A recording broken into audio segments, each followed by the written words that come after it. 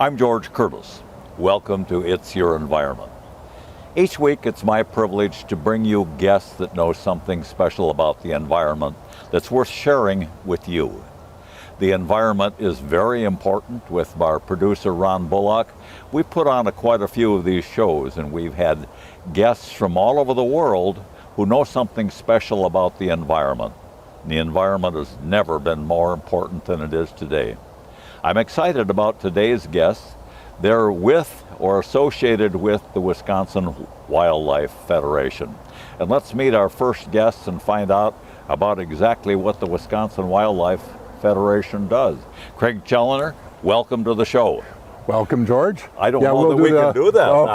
Okay. All righty. Now, you're the president. Yes, I am. I actually started my conservation career here in the Oshkosh area with the Winnebago Conservation Club.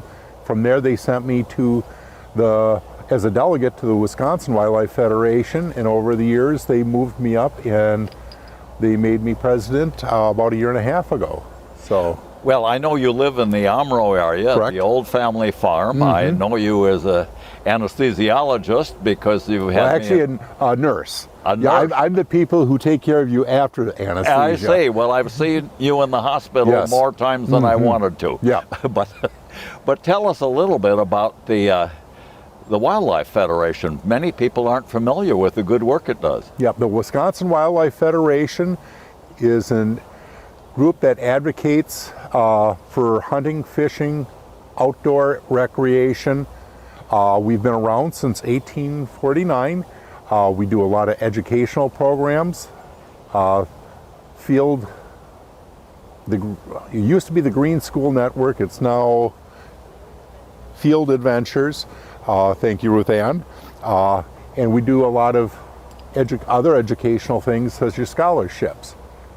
So, okay, and how about the membership? Is it throughout the state? Yes, it is. We have affiliate groups, and we represent about 200 different groups, all the way from, Kenosha County all the way to Bayfield County, and in between, and from east to west. Great Lakes fishing groups from the Mississippi River area, the North Woods, you name it. We try to cover every inch of Wisconsin in one way or another. Why does it make a difference in the state of Wisconsin that we have groups like your group educating people about what they have and how to take care of it?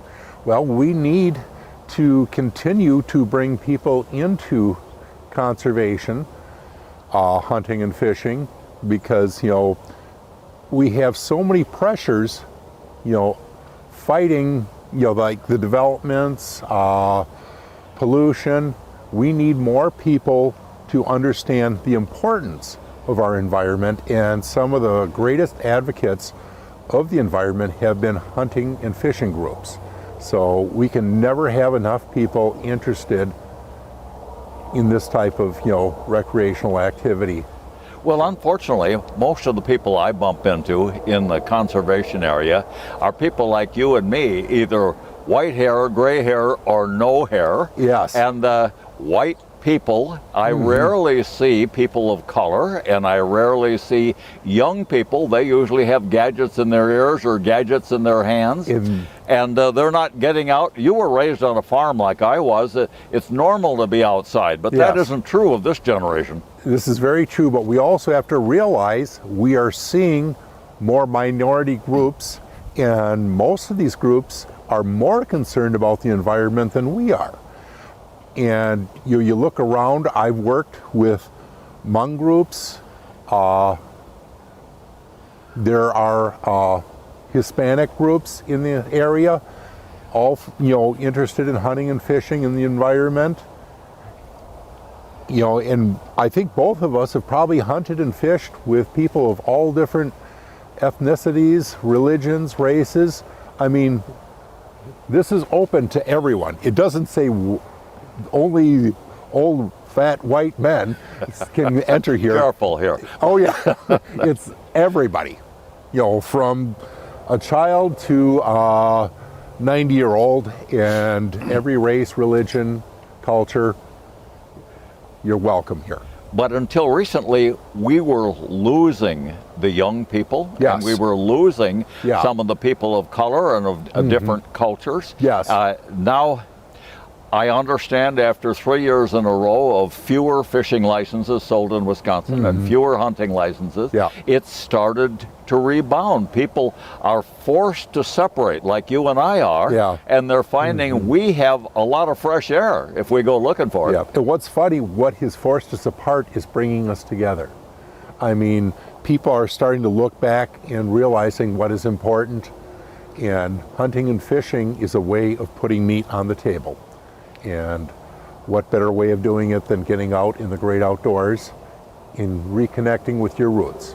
And if we don't get a generation that cares about it, we're going to lose it, because Yes. there are the special interests that want to reduce our water standards, reduce our air standards, sell our public lands, our stewardship lands to profit makers. We got to fight for this.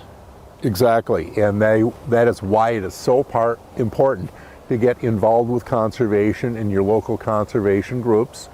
I mean, we can't do enough. How do people get in contact with you or your organization so they can hook up to the team? We have a website, and if you're in the area, I'm sure you've seen me pushing my raffle tickets and pushing my agendas. But the website is probably the best way to do it. We are online, and I think we're also on Facebook. You gotta, sometimes I'm not as tech savvy as some of the younger generation, but I think for the younger generation, we've got all the different arrays of, social Well, I've media. attended one or more banquets. Do you still have the banquets? We're hoping to have banquets again next year. Obviously, COVID has kind of put a hitch in our plans there. We had to cancel a few banquets, but we plan on having banquets again next year. And we do have seminars, like our shooting range seminars, and other opportunities out there also. So if people join, they'll get educated, they'll be receiving information as to what's at stake, they can participate, they Yes. can bring young people or neighbors of all kinds of cultures to let them understand you better use it, protect it, or you're going to lose it. Correct. And that's the best way to say it. Use it, enjoy it, protect it, or we're going to lose it. Well, thank you so much, Craig, And for thank being you on the show and Thank you your for message. having me, George. Keep fighting. Us old guys aren't dead yet. That's right. Thank you. We'll be right back.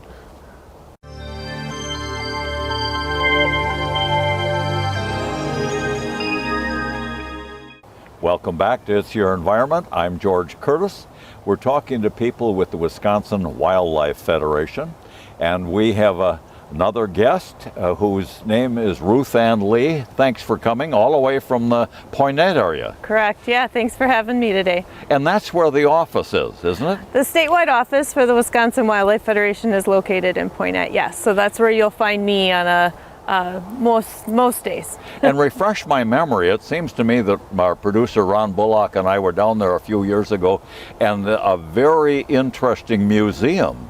Am I right that north of Madison, along Highway 22, that's not associated with the Wildlife Federation? I'm not sure what Okay. museum you're referring All to. right, well, I met George Meyer there at one time. Okay, the And, McKenzie Center is in that's Poinet. what we're talking about. Okay. Are you connected with the McKenzie Center at all? No, Well, not as at long all. as we have a minute, and I stumbled into this, explain to people what the McKenzie Center is, if you would, please. Sure. So that's actually another hat that I wear with the Friends of the McKenzie Center, but it is a DNR state property that specializes in environmental education. They have hiking trails, they have educators that greet school groups and do environmental education programming, and they have a live wildlife exhibit there for people to come and view some wild animals that may have been injured or confiscated and needed a place to live. It was a fascinating half day I spent there, and it's still operating. Tell people how to get there. It is located just north of Poinet between Highway 51 and Highway 22, and it is just neighboring to the Wisconsin State Game Farm, where they raise all the ringneck pheasants for release each fall. Well, wonderful. Now that you've led me astray, let's get back to the real subject. Very good. Tell me about your role in the Wisconsin Wildlife Federation. Sure. So I have two roles within the organization. I'm the business manager for the Wisconsin Wildlife Federation, handling some of the administrative roles behind the scenes. And then I'm also one of the team members for Field Adventures, which is another organization under the Federation's umbrella. Now, I've known about the Wildlife Federation for a long time, and I've known of George Meyer, who's been connected with the Wildlife Federation. Yes. I have been to a couple of their banquets in years past, and they were excellent programs. But this Field Adventures is new to me. You explain that. All right. So Field Adventures matches perfectly with the Federation's education efforts. It is founded by teachers, and it's for teachers and teachers of every kind, non-formal, so nature centers, museums, and zoos, as well as the formal classroom teacher. And it's really designed to help them get comfortable with the environment and getting their kids out in the environment and teaching about it, using the plants and the animals and the environment as their text to help them do their curriculum. Is this statewide? It is statewide, yes. And how do you reach the young people? Is it through the school system? Through their teachers. So we work directly with their teachers, offering them some professional development and professional learning on how to do things. We will even coach them and work side by side with them in their classrooms to show them how they can change and use that environment as their text. When did this program start? It's probably been at least 15 or 20 years, slowly growing and changing as classroom needs change. And who subsidizes or finances it? Some of our funding comes through federal and state grants, as well as some program revenue as we develop our programming. Okay, here we are at the Oakwood School in the Sheldon Center, which we're very proud of here in the Oshkosh area. Would your group have had any contact with these people to try to guide them or help them or add to their education? Perhaps. This particular school, I believe, started once upon a time as an environmental charter school, but our staff reaches out to teachers all over the state, just like schools here. So public schools everywhere in the state of Wisconsin can access what you offer? Absolutely. Public schools, private schools, charter schools, as well as nature centers, museums, and zoos that reach out to school kids through field trips. Well, do you really take them out in the woods and have them put their gadgets away and sit on something wet and cold? And sometimes, yes. And if we're with them, we're out working with their teachers, so their teachers learn how to do it and take their kids outside. And sometimes that technology is a part of getting outside as well. Incorporate it, help them use it so that they can learn and appreciate the outdoors. Well, you have a lot of enthusiasm. Why is this important that you dedicate your life to this? Well, we knew even pre-COVID that getting outside was very important for school kids, and I think it's even more important now. So think about it as good opportunities to get natural light, breathe the fresh air, maybe take your mask off for a little while and take a mask break. It's good for students' social and emotional health to just get outside and just to be physically moving in the outdoors. So we just want to encourage that. Wouldn't it be great if teaching outdoors, maybe not always about the environment, but at least in the environment, became a very natural part of a school day?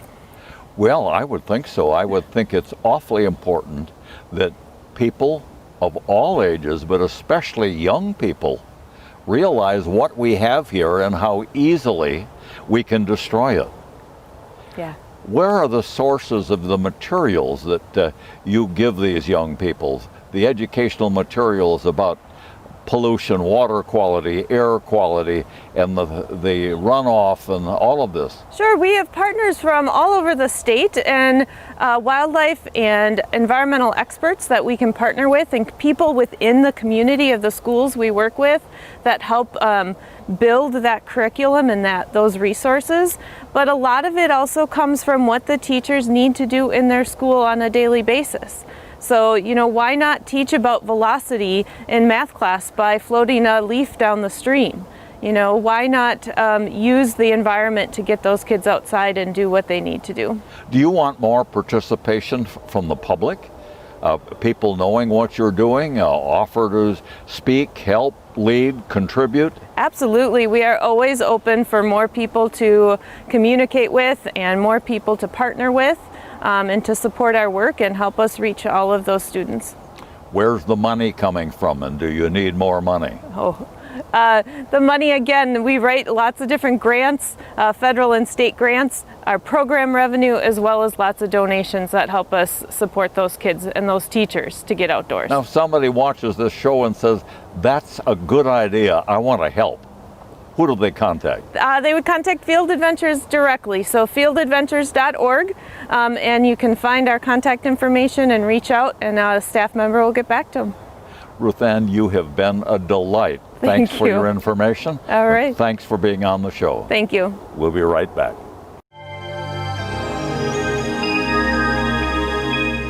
Welcome back to It's Your Environment. I'm George Curtis, and we have a series of very interesting guests today. We have a young lady with Field Adventures. She does hand-on work, and I want to welcome her to the show.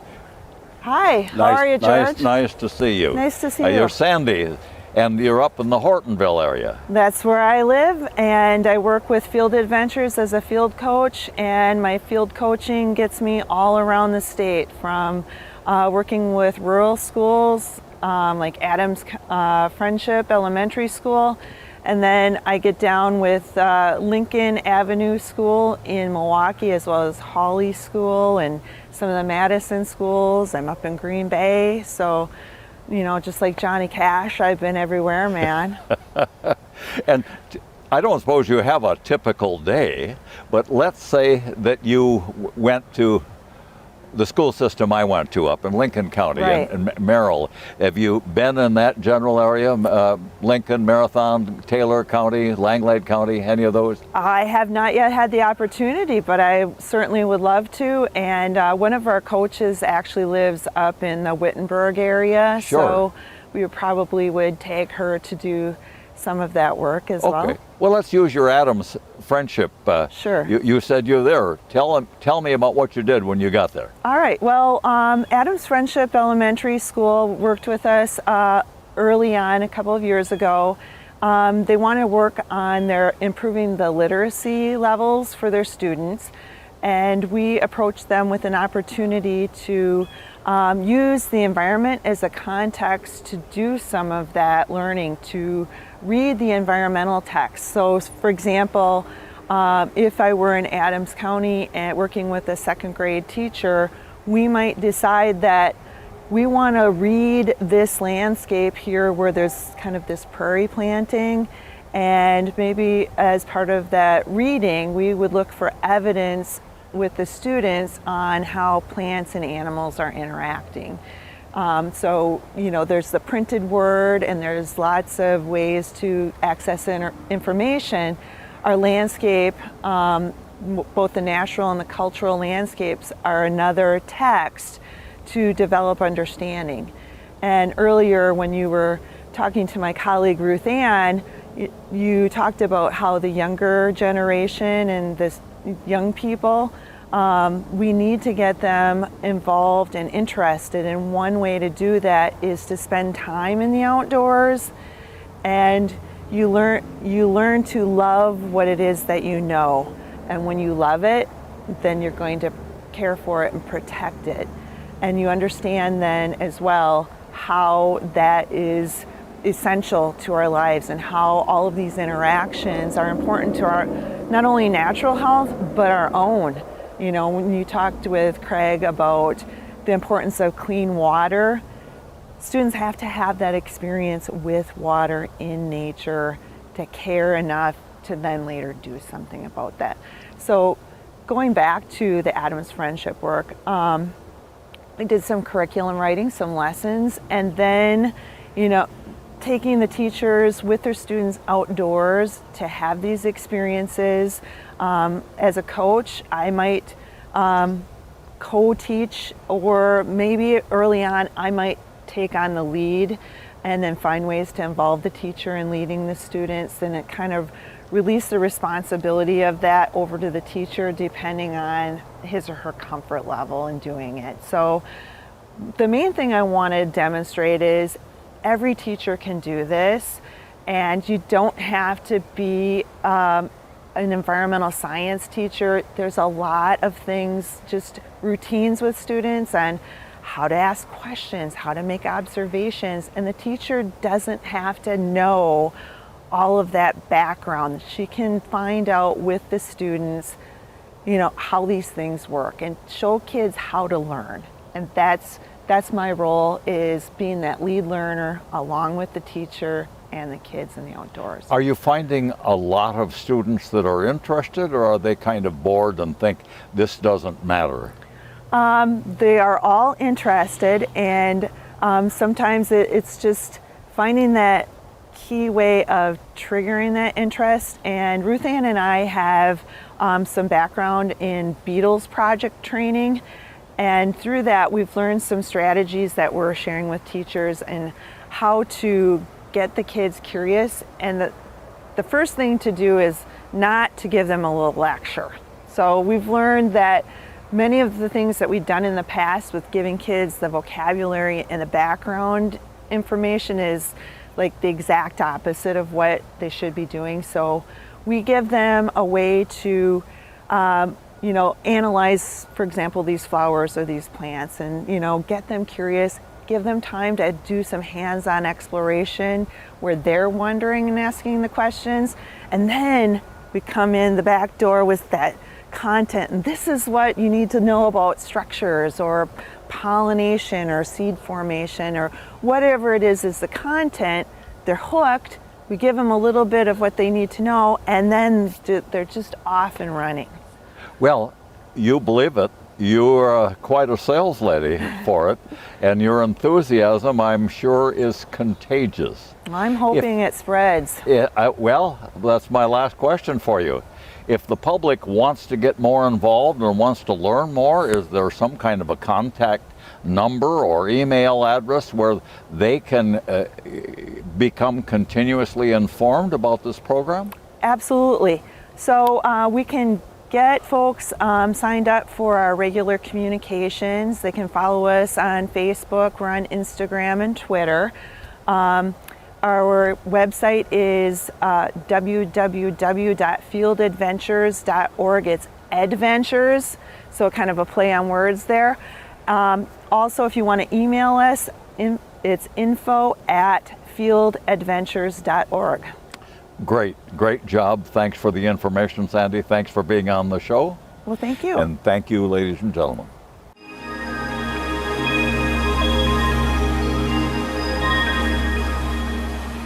The times are changing.